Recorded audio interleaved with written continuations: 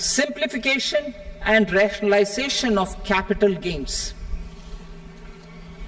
Capital gains taxation is also proposed to be hugely simplified.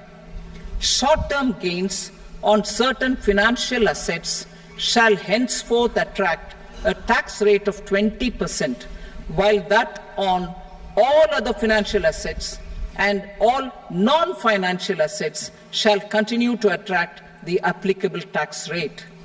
Long-term gains on all financial and non-financial assets, on the other hand, will attract a tax rate of 12.5%.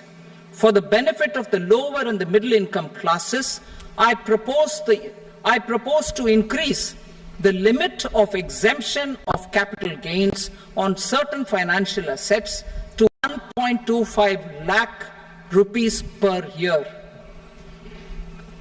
Listed financial assets held for more than a year will be classified as long-term, while unlisted financial assets and all non-financial assets will have to be held for at least 2 years to be classified as long-term.